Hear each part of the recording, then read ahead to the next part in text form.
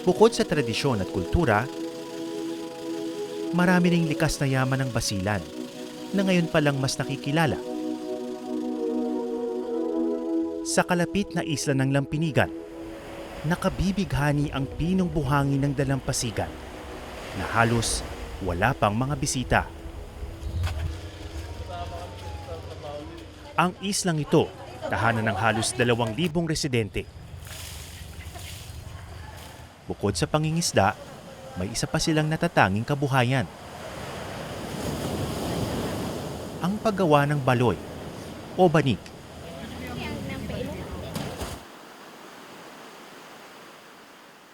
Ipinakita sa akin ni Nanay Almia kung paano ginagawa ang ipinagmamalaking baloy. Nagsisimula ang lahat sa pangongolekta ng mga dahon ng pandan na tumutubo lang sa paligid. Yung mga pandan po ba, iba-ibang klase pa yon? Opo. Bakit ito po yung ginagamit ninyo? Walang siya tunok-tunok sa Yung ano. Tinik? Walang tinik. Ah. Walang tinik. Katapos nag-harvest, ganyan rin.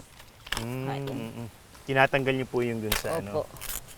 Parang, Tinatanggal yung matigas. Oo, parang spine niya.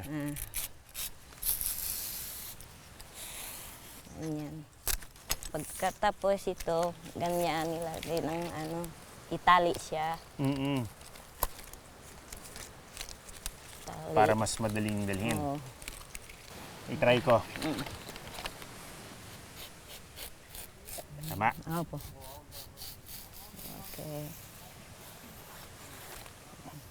Ito, putol na po ito. Ay, iputol doon. Yun. Dalawa lang yan. Mga isang araw kami maggawa ng ito, sir. Ito, kumukuha lang. Opo, magkuha lang. Matapos kolektahin ng mga dahon, hinuhugasan ito, pinakukuluan, at ibinibilad sa araw. Pagkatapos, lalagyan ng matitingkad na kulay. So ito po, paano niyong ginagawa yung paghabi? Pwede pakita mo sa akin? Ganyan. Ganyan, yan. Ganyan, ganyan. Sa baba, sa taas, kuhain. Buti po hindi kayo naduduling. Hindi po masakit sa mata? Masakit lang, sir. Nakakapagod din. Oo. Saan po masakit? Masakit yung mga ito. Dito sa likod. Oo, sa likod. Matagal ka kasing Oo. nakaupo. Opo. Sa halagang 1,500 pesos kada banig, hindi kalakihan ang kita ni Almia. Lalo't mahabang panahon ang inilalaan para makabuo ng isang baloy. Paalala ito na madalas, payak lang ang pamumuhay ng mga nakatira sa mga lugar na itinuturing nating paraiso. Mukhang nahihirapan din po kayo, no? Minsan nagkukulang ba ang inyong mga panggastos? Kung Okay lang po. Naku, sorry.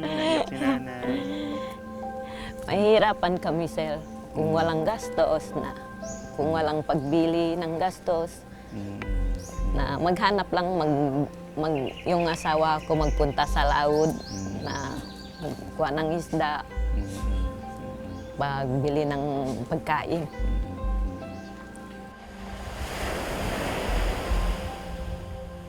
Pero dahil unti-unti nang nakikilala ang kanilang isla, posibleng magbukas sa mga bagong oportunidad sa turismo.